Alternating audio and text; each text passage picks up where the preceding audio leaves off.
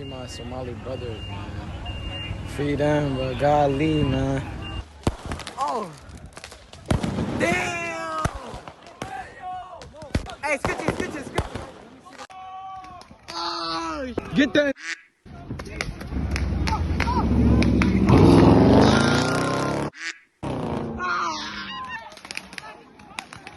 Took off on it.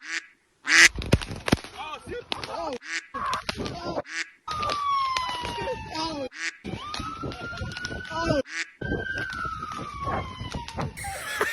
You know now there's going to be a bunch of white yuppies being like, free my Somali brothers. And hey, don't worry.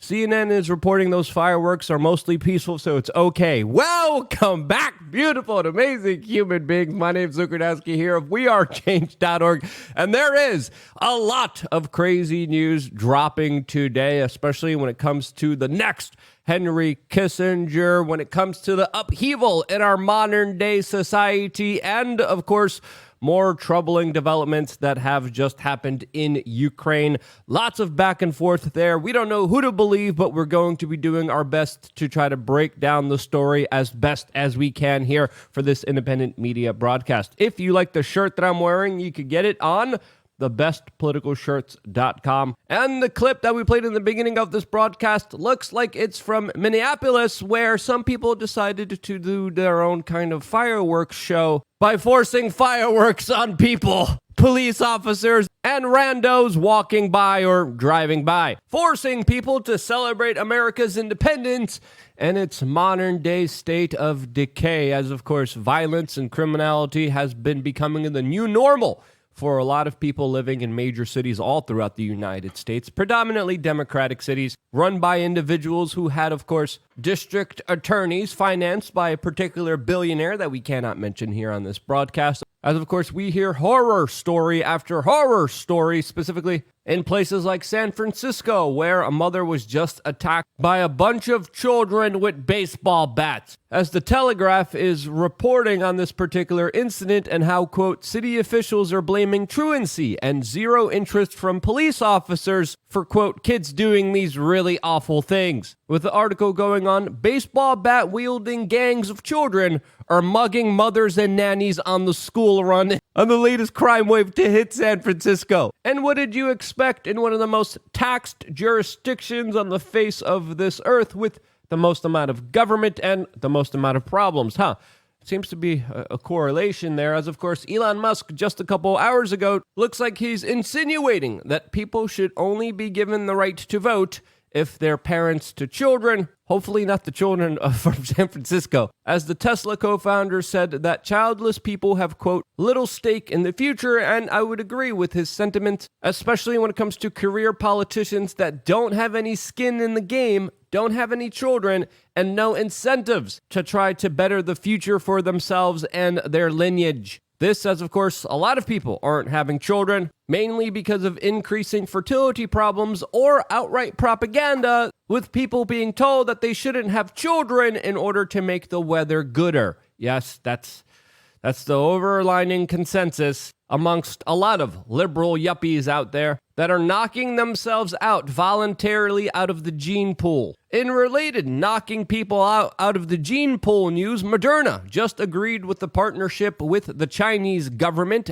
as they're going to be developing new technologically advanced medical procedures that I would say, in my own personal opinion, are a little bit troubling, to say the least. In related China news, today we're also finding out, according to some sources, that it was Xi Jinping that told the president of Russia to not nuke Ukraine during a state visit that the Chinese president recently had to Moscow. This is according to Chinese government officials. And it is important to note here that China is trying to become more of a dominant player on the world stage and has offered opportunities to intervene and provide a truce when it comes to this larger conflict that's happening right now between the United States and Russia. A conflict which I think it's fair to say is not going well for both countries, as of course it's essentially a meat grinder, but when it comes to, of course, the sacrifice that both countries or expanding their citizens for. It's important to note here that Russia has a lot more citizens, and according to some military experts, a lot better air superiority and artillery, which is making the biggest difference in this war here, as the Ukrainian counteroffensive that the corporate media was salivating and talking about hasn't really come to fruition, just as many Western military experts said it would. All of this as a lot of people are looking at the next potential escalation of this conflict, as for many days now, the president of Ukraine has been warning about Russia attacking the Zaporizhia nuclear power plant, which Russia totally controls as of right now. Now, why would Russia attack a nuclear power plant in a territory that they control when it looks like they're having some military progress here? Well, that's a question that a lot of people are asking themselves, as of course some people fear a potential false flag here that could be engineered by some kind of Western powers that, of course, would create a provocation that would allow other countries to intervene here and essentially escalate this conflict to grand proportions and create human devastations that the world has only seen before decades ago in places like Hiroshima. Now, again, there is a lot of fog of war. There's a lot of propaganda. There's also a lot of fear-mongering here. But at the end of the day here, I think it's always important to ask who benefits, who gains from a lot of these larger escalations.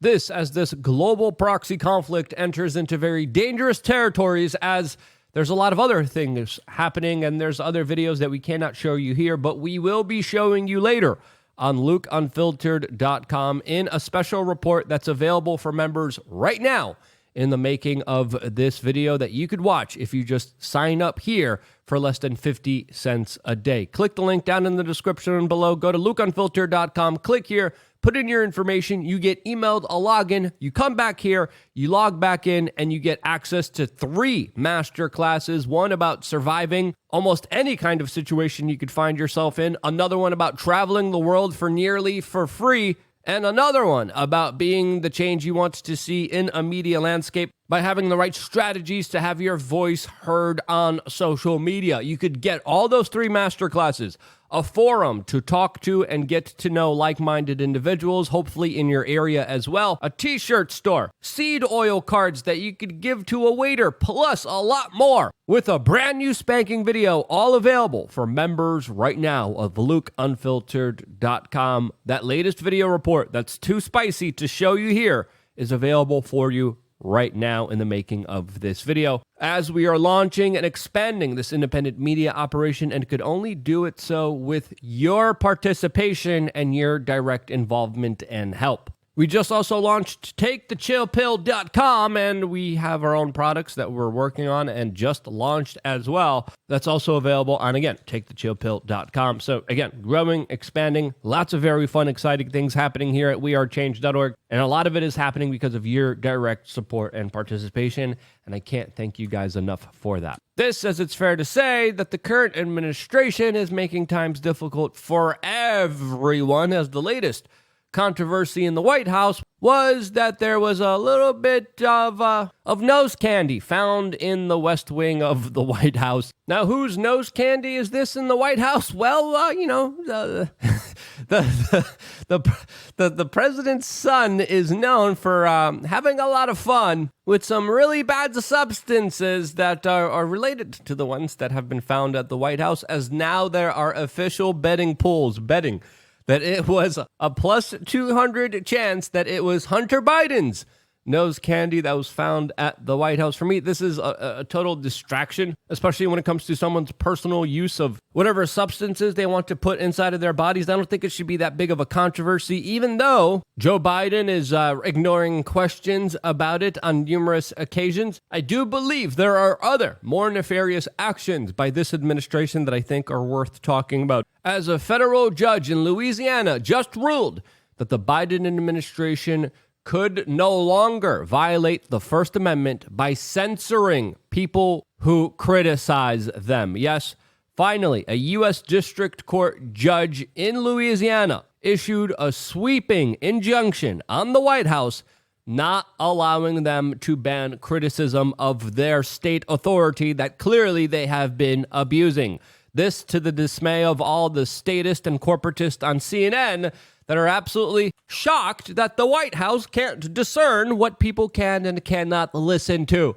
This, as of course, CNN has been acting like the new Pravda for the Biden administration, and essentially, in many instances, helped the President of the United States get to be where he is right now, as they are the biggest brown-nosers of this administration, and gleefully so. As of course, it's pretty clear the White House shouldn't be banning criticism of the White House, but this is the type of White House that we're dealing with here that, of course, is seizing on any kind of power and authority they can and routinely abusing it. It was the Department of Justice, it was the FBI, it was big tech social media, along with the corporate media that literally hid stories that made the Biden administration look bad, which played a major key role in them being elected into the current positions of power that they are in right now. And of course, they are not done with that. And if they did it once, they will probably do it again with this upcoming presidential election, as in my opinion, it is fair to say that they definitely rigged the game for themselves. This, as it looks like the Biden administration is thirsty for more power, as the United Nations is going to have another summit right before the presidential elections, where the Biden administration and the United Nations are going to be implementing policies and rule changes that, of course, will benefit the very powerful people in our society that already wield too much power, preparing them for the next national emergency that they will take advantage of and use for their own personal political and financial gain. And this emergency platform that they're building is, of course, going to be used against the sovereignty and freedom of the people of this world. All of this as the Biden administration and the shadowy intelligence agencies that truly do have way too much power under his administration are also now trying to implement the latest NATO chief, that person being Ursula von der Leyen, a top globalist member of the Bilderberg Group and Henry Kissinger crony, that the Biden administration wants to be on the front line when it comes to the ever-growing escalations and tensions between Europe and Russia. Now, why is Ursula von der Leyen the person that the Biden administration wants to run NATO? Well, she, of course, is connected to all the right people, like Henry Kissinger, that literally said that she is Europe's undisputed leader and has a direct line to the current U.S. Secretary of State that, of course, they have built a strong relationship with. As von der Leyen is definitely in line with America's foreign policy towards Ukraine and has been with the United States when it comes to all the major escalations of this conflict that are clearly getting out of hand, clearly providing more of a neoconservative globalist agenda that, of course, tightly aligns with the Henry Kissinger doctrine that, of course, greatly benefits the military-industrial complex. And this could be one reason out of many reasons why even Joe Biden is bragging that his foreign policy record is as good as Henry Kissinger, that is known for being the butcher of Cambodia, genocider of third world countries, and population control enthusiast that openly wrote about the need to control the world people that are still alive. This, as it's fair to say, that no matter what kind of president comes into political office, a lot of the neoconservative military-industrial complex narrative is usually implemented, regardless of the political affiliation of the president, as American foreign policy doesn't really change. Will it change if Joe Biden is going to be president, or will it be Newsom? No matter who it is, I think it's fair to say the policies here won't change, even though the puppets will. As it's fair to say that Biden is not really one of a sound mind and not really the one making all the decisions here.